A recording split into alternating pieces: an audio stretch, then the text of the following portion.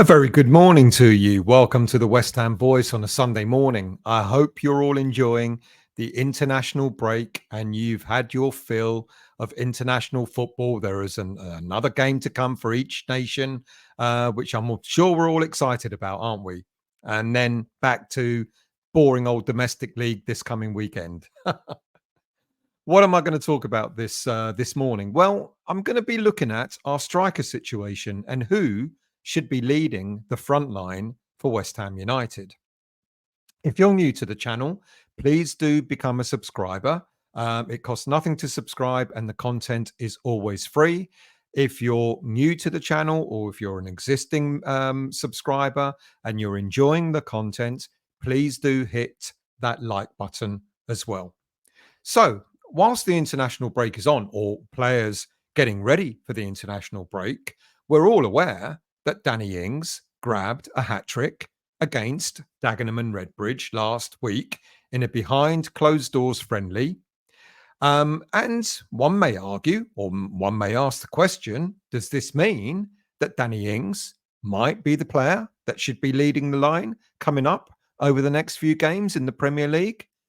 I would suggest probably not. As great as it has been for Danny Ings to have scored a hat trick against Dagenham and Redbridge in the game that was 30 minutes each way, Andy Irving also got a brace in that game. But the whole idea of that game was really more to give players a bit of match fitness. Carlos Soler has arrived and he would have played in that game, I'm pretty sure. I believe Crescencio Somerville may have got some minutes. So did Jean-Claire Todibo and one or two others who are not quite match fit at the moment. So I would say quite possibly the fight for who would lead the West Ham line was really being conducted on the international stage over the weekend. A number of West Ham players have been on international duty, and a few of them may have been staking a claim to either be starters in the lineup against Fulham on Saturday, or to put a marker down to have their starting positions reconsidered by Julen Lopetegui. And I'll explain as I go on. Let's start with Niclas Fullkrug. He reminded Lopetegui of his ability to score, and he was the first goal scorer in their 5-0 drubbing, Germany's 5-0 drubbing against Hungary on Saturday evening. The West Ham player started in a 4-2-3-1 formation in the Nations League fixture, and he was substituted on 60 minutes. Now, Fullkrug, who has yet to start a game for West Ham in the Premier League, it was kind of a reminder, wasn't it? He tapped in his goal from close range after it was passed to him by Musiala and to set the number 9 up for an easy goal. But you've got to be there in order to score. And it's really quite interesting that the coach of Nagelsmann believes that Fullkrug was ready to start the game for Germany, and yet Lopetegui hasn't been ready to start Fullkrug in the Premier League. I wonder if we're going to see something different this weekend.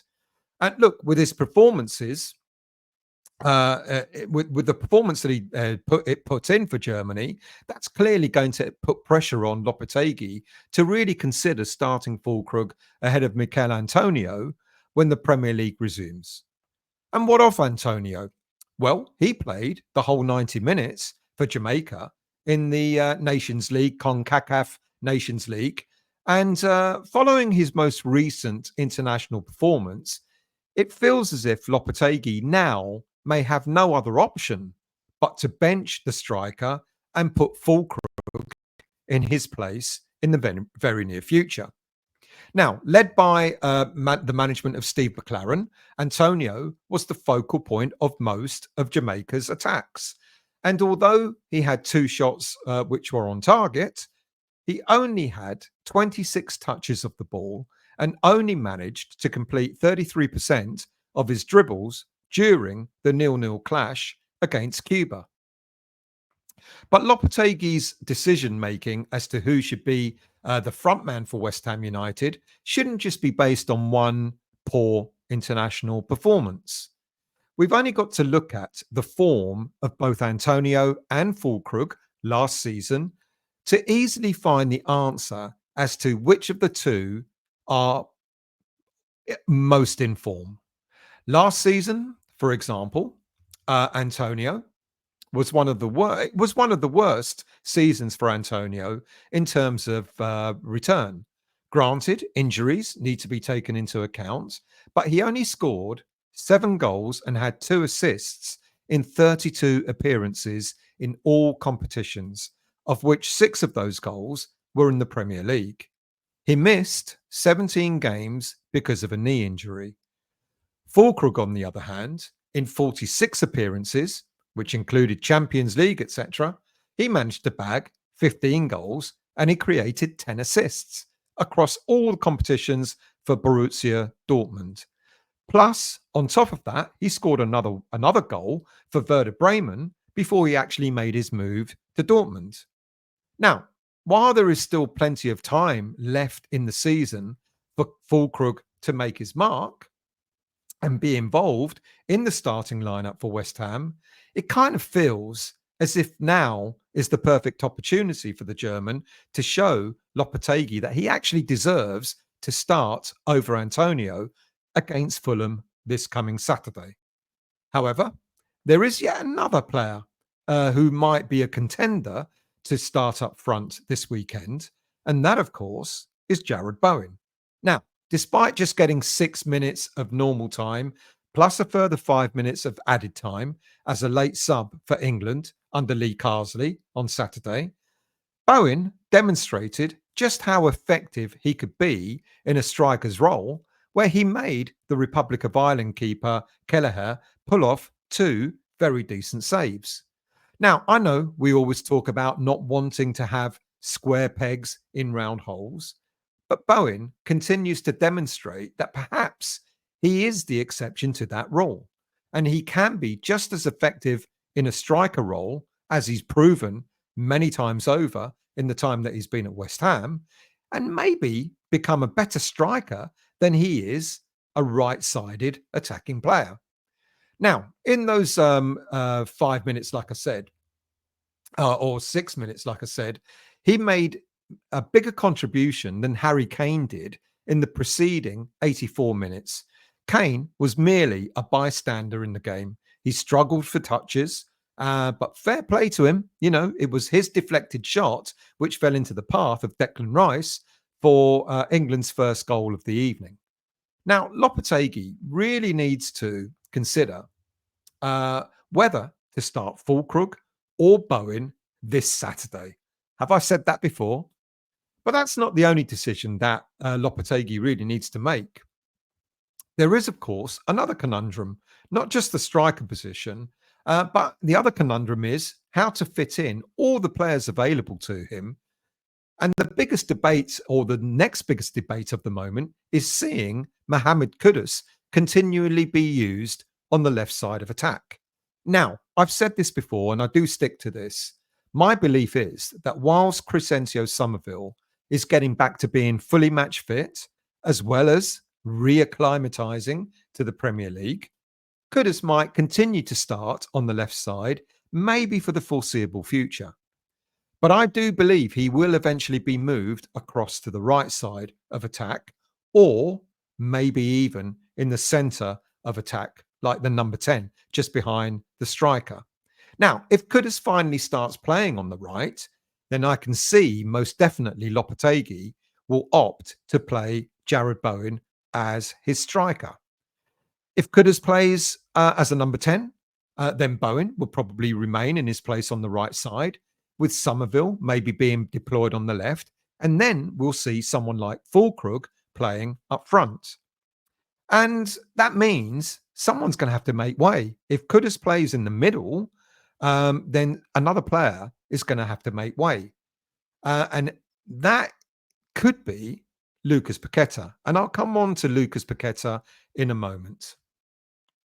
Now, Kudus actually played in central midfield, in attacking midfield for Ghana the other day in their 1-0 home defeat against Angola in their first qualifying game for the African Nations Tournament.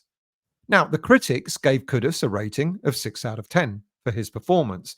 Now, he was praised for dropping deep to try and drag his team forward, but at the same time, he was also accused of holding on to the ball for far too long, far too unnecessarily.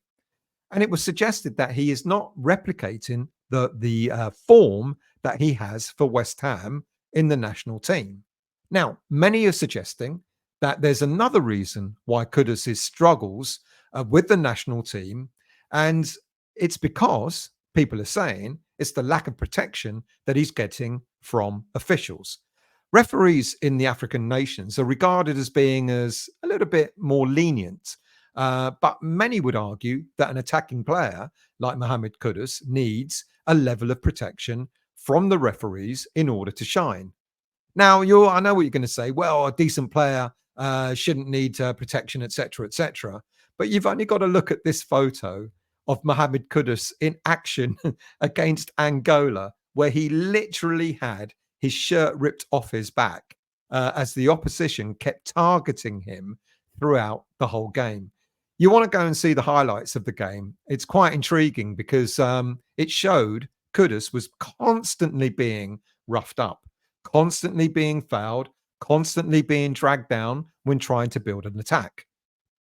Look, Kudus, he's as strong as an ox, and he's not the sort of player that's going to complain about getting a bit of rough treatment. But what's even more concerning, really, is that Kudus could suffer a serious injury by what the sort of what he's getting during international duty. And if he was to become injured on international duty, that would infuriate West Ham, it would infuriate the fans, it will infuriate Lopetegui. And you've only got to go back and look at that photo. I mean, that is pretty bad, and it looks as if the Angolan players kind of just got away with that kind of treatment of Kudus. So I totally understand why people have been saying maybe he needs a little bit more protection. Kudus plays again on Monday night when Ghana play away to Niger, and we're kind of hoping he pulls through that unscathed and ready for Saturday. Well, not just him, but every one of our players who are on international duty. So, going back to formations, if Crescencio Somerville is deemed ready to start, then perhaps we might just see him start on the left side, and where Kudus then could either play on the right with Bowen as a striker, or he could go in the middle of the park, as I said, as a number 10. But let's say at this moment in time, we're looking at Bowen starting up front, Somerville on the left side, and Kudus on the right. Well, who would then play as the number 10? Well, that accolade would normally go to Lucas Paqueta. But would it be justified? Well, as we all know, Paqueta's performances for West Ham have been quite inconsistent for a considerable amount of time. And despite being the player who set up Brazil's winner against Ecuador, Paqueta's performances for Brazil have become equally inconsistent. Now, let's praise Paqueta for the fact that he set up the goal. That was the winning goal against Ecuador.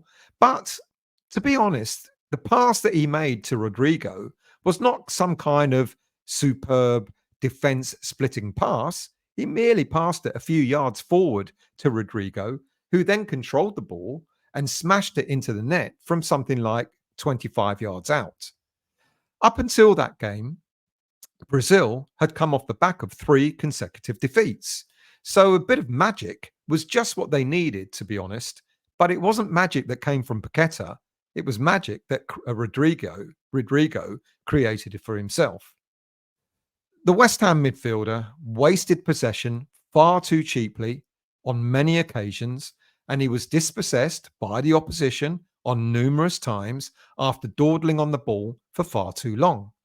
Brazil fans swarmed onto social media highlighting how Paqueta has become a symbol of the Brazil national team going into regression. Now, whilst the midfield playmaker has been sensational at times for West Ham and indeed for Brazil over the past couple of years, he's in no way world class at this moment in time.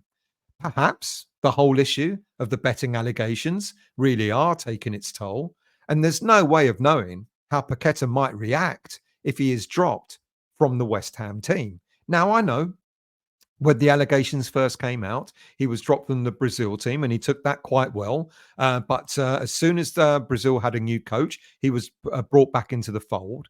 But it'd be quite different for Paqueta to be actually be dropped from the West Ham team. Now, I did say, and I'm kind of contradicting myself a little bit, but I did say a few days ago, don't look at it as being dropped. Look at it as rotation.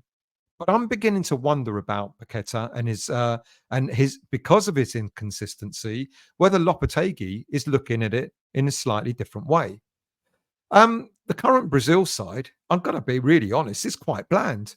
They're a functional team, but they're quite bland. And the fact that Paqueta is considered to be such a vital element of the team, despite his inconsistencies, kind of encapsulates where Brazil are on the world stage at this moment in time. Now, as harsh as this may sound, he wouldn't have been anywhere near the fantastic Brazil teams of the past. He's been brilliant for West Ham at times, but the inconsistencies are now having an effect both on the international stage as well as domestic. And this is probably why Julen Lopetegui has spotted this issue, hence his burning desire to have brought Carlos Soler to the club. It won't surprise me if we start seeing Soler taking up that central attacking midfield role, with perhaps Paqueta finding himself being benched more often than he would like to be. Now, what sort of teams can Lopetegui put out? Well, I've kind of talked about them already. The first is if with Fullkrug knocking at the door and demonstrating after his performance for Germany that perhaps he should be the player that should be starting, if not in the coming weeks, then certainly this coming weekend.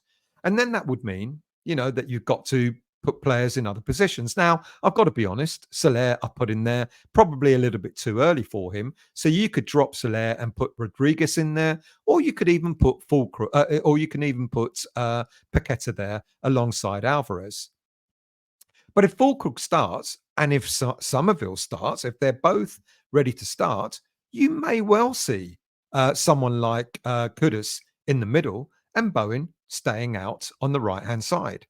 Or as I've said, if Bowen is ready, again, you can mix up the central midfielders. You can put Rodriguez there. You can put Paqueta there, etc.